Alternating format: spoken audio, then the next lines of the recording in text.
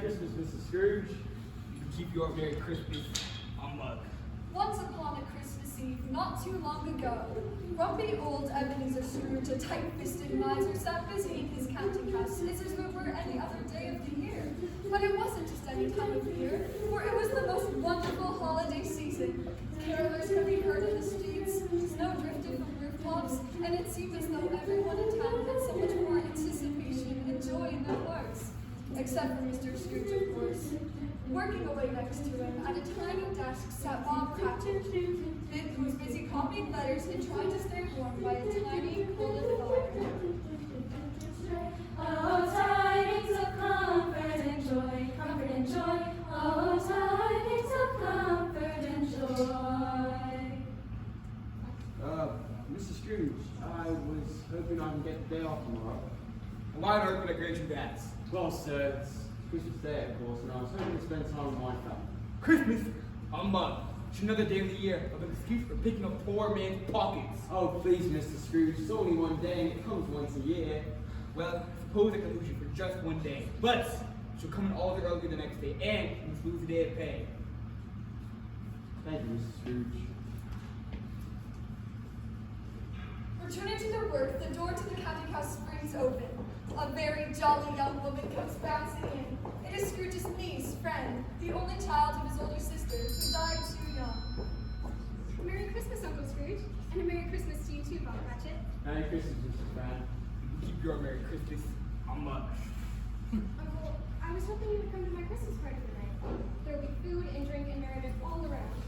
I so wish you would come this year. I shall give you the same answer I gave you last year and all the years before. No. But Uncle, nobody should spend Christmas alone. And I should like for you to meet my husband, who's always asking about me. Marriage is another way for a man to spend all his money on someone else, keeping his pockets empty. I'm just fine being alone. Well, if you have a change of heart, there will always be an empty seat around table for you. Until then, I bid you a Merry Christmas and a Happy New Year.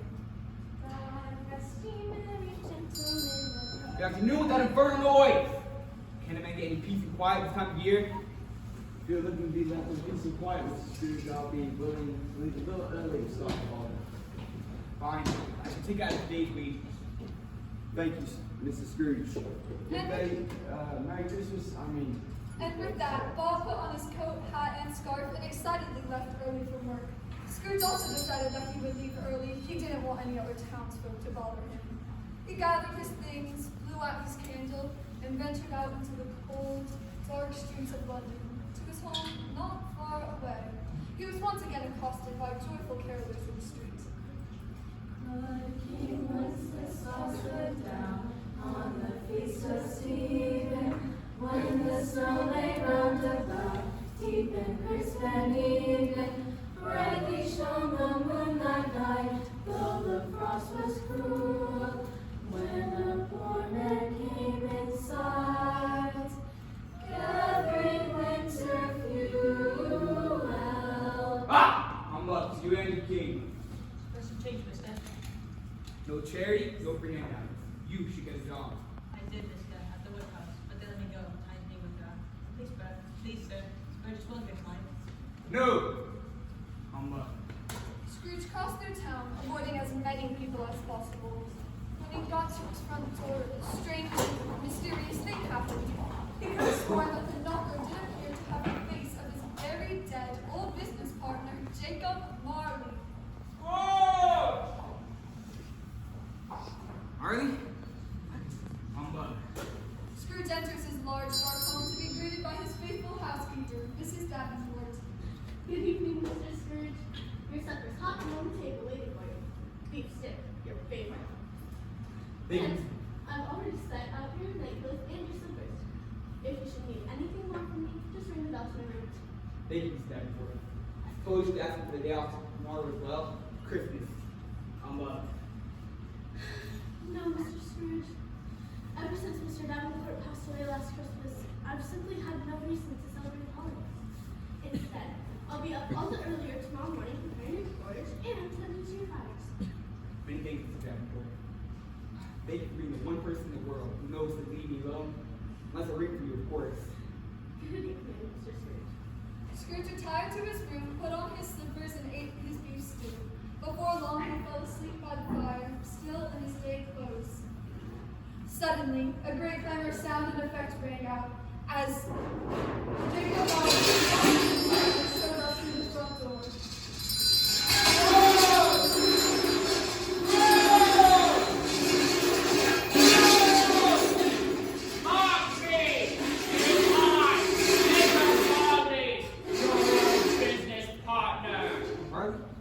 Surely this can't be. This must be a sore of the stomach.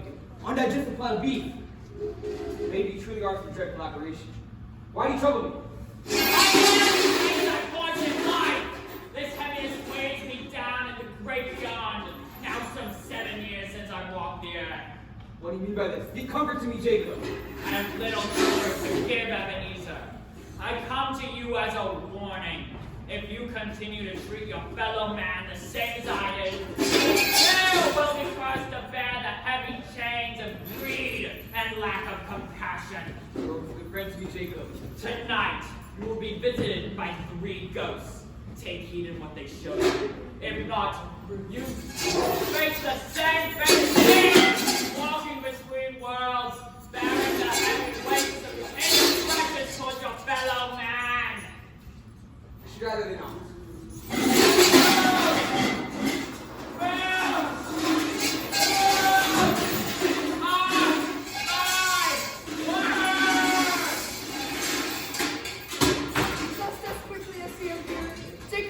Disappeared into the night, forever dragging the chains and boxes of his earthly desires, money and greed. Scrooge, quite disturbed by the visit, screwed up his face and said, Humbug. He then put on his nightshirt and hat and did his best to go to sleep. Before long, another great clamor, sound, and effect rang out, and the first of 3 ghosts did appear, just as Marley had predicted. Good evening, Ebenezer. Ah! Are you here coming before told to me? I am. One of them, at least. I am the ghost of Christmas past. Long past? No, your past. Come, take my wand, and we shall visit that which was. And it's bitter cold outside. And I'm a mere mortal, subject to the cold, just my dressing gown. Just bear the touch of my wand, and you shall be upheld more than this. Suddenly, Scrooge was transported back to when he was a young boy of 10, sitting alone on the bench in the schoolyard. Remember this? This is my old school. I was a boy here. And that's me. Sitting alone. Some bullies appeared and began teasing young Ebenezer. Hello, Ebenezer. You must be full of snot with a name like that. I heard your father is full of drink again. You should go to prison. Isn't that the same clothes you wore yesterday, and all the days before that? Ebenezer, Ebenezer, Ebenezer. I remember this. How would I take a stick to each of these boys for how they would forever tease me? Alas, you cannot. These are but the shadows of things that have been. They have no consciousness of us. More fear, take me away! Very well. How about we visit old Fezziwig? Scrooge was transported back to when he was a young man of 18, working as a clerk for Mrs. Fezziwig, a successful business owner in town. It was her annual office Christmas party, which everyone loved to attend. Why is Fezziwig? I remember all the stations from when I worked here when I was young. And that's me. Look how young and happy I was. Welcome to all, and Merry Christmas! We've had yet another successful year of business, which is why I will be giving you all a raise in the new year. Huzzah! 3 cheers for Fezziwig. Hip, hip, hooray! Hip, hip, hooray! Hip, hip, hooray! Ebenezer, come here, my boy. Yes, Fezziwig. Oh, don't think I haven't noticed all the hard work you've been putting in lately. I'm very pleased. How would you like a promotion to junior assistant accounting? Thank you, Mrs. Fezziwig. Yes, I accept. Now that we'll need more hours a day, perhaps even working 6 days a week. Can you handle that, my boy? Yes, of course. I wish to make lots of money. When I was growing up, I was poor. I would like to never be poor again. Excellent. No, look over there. I believe a beautiful lady is looking at you. You should ask her to dance. Oh, yes, that's Bella. We've been getting to know each other the past week. Your father looks for you too. Then what are you talking to me, my boy? Go get her. Just remember though, I want you here bright and early the day after Christmas. Scrooge crossed over to Belle, a beautiful young woman who was quite fond of young Ebenezer. Hello, Ebenezer. Are you enjoying the party? Yes. Feeling good about it. I wish we made lots of money just like this. But I don't know how to spend that one big party every year. Well, Ebenezer, what are you saying? Nowadays, why would you not want to share your fortunes with others? I worked hard for my life. Why should I just give it all to you? What about me? Are you saying you don't like spending money on things you buy for me? Like this cool necklace you gave me last Christmas? No, Bella, you didn't. I like you very much. In fact, I wish you could give me more. Also, I got a promotion, so I can give you more presents. Perhaps you can go to that way. Perhaps, if I can. I'll buy us the biggest flights in all of London. But first, I'll have to work many long hours. Many days. So pages. What good is making all that money if we don't be together? I would rather spend time with you than have you give me material things.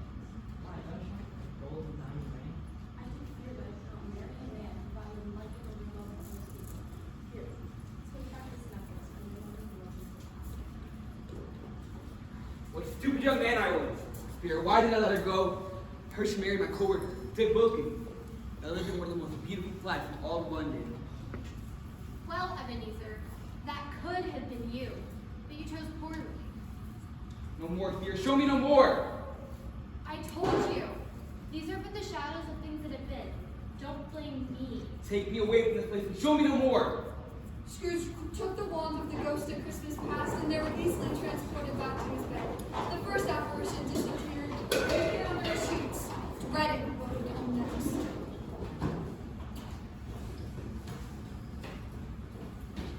Wake up, Scrooge. It's time to face the present. Oh, oh, oh. Have you ever seen the looks of me before? Never. Have you many brothers? More than 1,800. Here, catch my rope. Scrooge did as he was told, and they were easily transported to the city streets on Christmas morning. Outside the humble house of his Cratchits, home of his boy. Well, Cratchit, how indeed like the children. Indeed, they're about to enjoy a plentiful feast in celebration of the season. Well, as plentiful a feast as Bob can afford on the pitiful salary we give him. He has a family of 6 to feed day and night, and they can barely afford soup and cabbage. I don't even what they are, you know. Perhaps I should not have got the pay for being early. Perhaps he should not dock his pay for spending Christmas with his family once a year that he asks off. Despite their meager earnings, the Cratchit house was filled with warmth, joy, and charity all around. Each child was ever so thankful of what their parents could provide, and they were overjoyed to have their father home for Christmas dinner. Everyone was in good spirits. Well, perhaps not all the Cratchits. Gather round, children. The father will know any minute that we don't have to forget to do what they offer once. Will Father be bringing time to move from the hospital today? I believe so. The doctor says that the time of his family lives in spirits and is dreadful to be surpassed. Oh, mother, I do hope our brother Tiny can live better too. I just can't imagine a world without his joyful spirit. Look what I made Tim. It's a horsey on a stick. Do you think he'll love it? Oh, children, thank you for love and so upon my dear sister love. Did I hear someone say present? Father, your hat. We miss you dearly. Look what I made you, Tim. A horse. Maybe you'll help me walk right now. Let your father and brother take off their coats and hats and let's gather around the circle for dinner under the scrumptious trees. Wow, Mother, it smells delicious. Before we eat, I'd like to offer a toast for Mr. Ebenezer Scrooge for making this meal possible, for keeping me in his employ. To you, Mr. Scrooge, founder of all things. Founder of these indeed. Founders out indeed. Founders indeed. If he was there, I'll give him his own memory. Now, Mother, not in front of the children, and it's Christmas, the time to be forgiven. All right, Mrs. Scrooge. Truly a stingy, unfeeling man.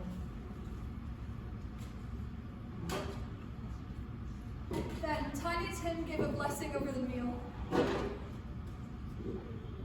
Dear Lord, bless this meal, bless my family, and bless Mr. Ebenezer Scrooge that made this meal possible. I truly like this boy. Spirit, tell me, does Tiny Tim live? I see an empty chair by the chimney with a crutch kneeling next to it. If these shadows remain unaltered, the child will surely die. No kind spirit, say he will be spared. May God bless us, everyone. God bless us, everyone. Well done, Tim. Now let's eat. Come along, Scrooge. We have another family to visit. Who? Yours. The ghost of Christmas presents stripped him away and plucked him right in the middle of his niece's Christmas Day party. Many friends and guests were gathered, enjoying food and drink and starting to play a game. Welcome, welcome, one and all. Friends, neighbors, people I've just met. Welcome to my home on this most excellent Christmas day. I hope you're enjoying all the food and fellowship in celebration of all this festive holiday season. Here. Now who's ready to play a game? Yes, let's. I would love to.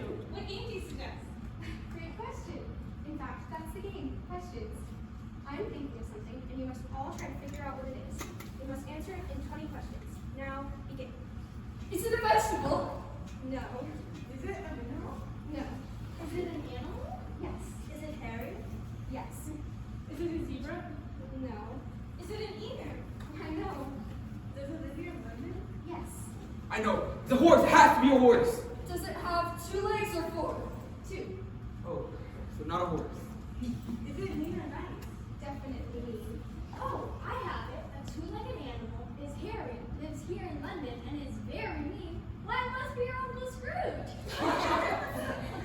I say, now that's just rude. Right you are.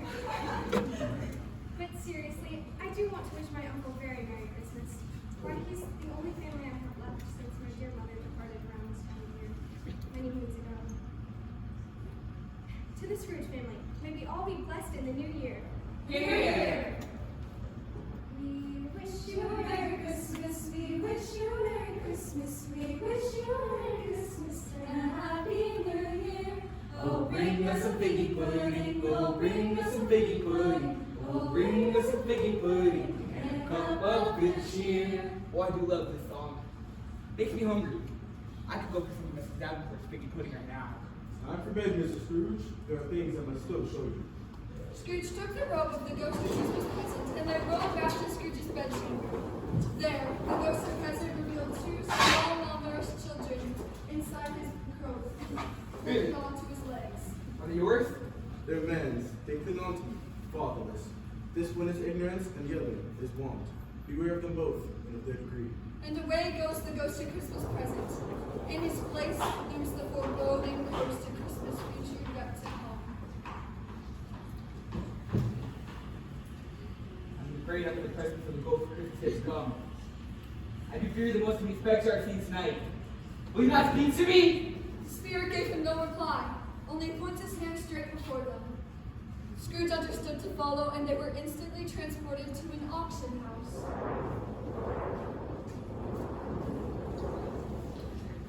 Next items up on the lot. Some furniture, clothing, and housewares from a recently departed old man who lived alone. Here I have some sheets, slightly used, going once, twice, sold to the man in the back. Why? Those are my sheets. Why on earth is that man selling them? Next item, pots and pans, made of still in fine condition, made of genuine iron. Going once, twice, sold to the lady with the big hat. I say, that would not like your pots and pans being sold to some stranger. Why? That is Mrs. Davenport. Why on earth she's buying very pots and pans I'd give it to her to cook my meals with? I shall remember to give her them. She should not have to buy them back. The ghost of Christmas future then points to a graveyard.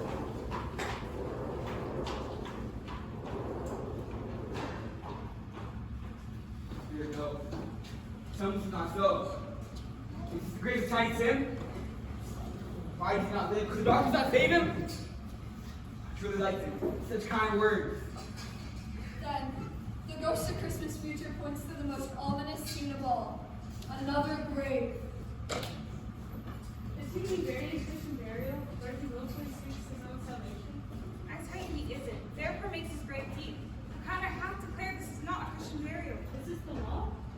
Mary is it. It's Crowner's crest law. Was he visited? It's just hard to say. Scrooge then realized that this grave was for him. Cold, cold, rich death. Am I the man who was laid in his grave? I'm a changed man. I'm not the man I was. I'm not the man I have been. Assure me that I may change the shadows you have shown me. I will honor Christmas in my heart. All year long, I will live in the past, the present, and the future. I will not shut out the lessons you have taught me. Please, Spirit, save me. Please. Please, please. Scrooge was then then brought back to his bed, where he was covered by sheets, continuing to cry out as if waking from a dream. Please, please. What's this? My bed? My own bed? Oh, thank you, generous spirits. Thank you for showing me the error of my ways. I'm a changed man. I'm as happy as an angel, as merry as a schoolboy, as light as a feather. What is it? What's happening? Are you alright? I'm more than alright. Oh, bring us some figgy pudding. Oh, bring us some figgy pudding. Oh, bring us some figgy pudding and a cup of good cheer. Scrooge, what's gotten into you? Fine. I'll tell you what's gotten into me. Spirit Christmas! Tell me, Mr. Davenport, what day is it today? Today, Mr. Scrooge's Christmas Day. Maybe it's not too late. Here, take my corn first. Go to the butcher shop, buy the biggest turkey you can find. Then, deliver it to the Cratchit house. And as for you, I'm giving you the day off. Go to my niece's house and wait for me there. They're having a party, and you shall be my guest. Merry Christmas, Mr. Davenport. Oh, thank you, Mr. Scrooge. I don't know what to say. Why? You say the only thing one should say this time of year. Merry Christmas! Scrooge was good to his word and was truly a changed man. He dressed and headed out into the crisp white morning with a leap in his step and a song in his heart. In town, he bought a bag of presents like the jolly elf himself. Special delivery for the Cratchit house. I wonder who it's from. Merry Christmas.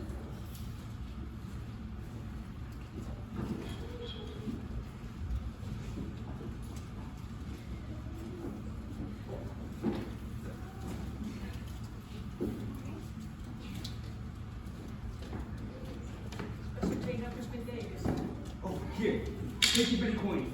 Buy yourself a nice warm meal. I'm tired. By fire. Merry Christmas. And to you too, my good man.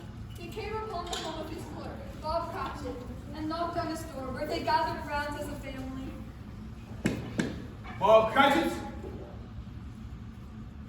Excuse for not coming into work today. Why, Mrs. Scrooge, it's Christmas Day. You gave me the day off, remember, sir? Christmas? Humbug. It's another day of the year. You should have more than just one day off. Mrs. Scrooge? Why? I'm giving you the whole week off. Nice for your beautiful family. I have brought these presents. Presents! And for you, Mr. Cratchit, how would you feel about the promotion to junior partner? That comes with significant pay raise. Absolutely, Mrs. Scrooge. Why? It's a Christmas miracle. That's not all. I will personally be paying for all Italian documents and medical care. I'm getting the finest care. What do you think of that, my boy? Thank you, Mrs. Scrooge. But as the family gathered around in amazement at the change that had come over Ebenezer Scrooge, they hugged him with great joy, for they knew that this time of year was full of miracles and blessings. Just as Tiny Tim exclaimed, God bless us, everyone.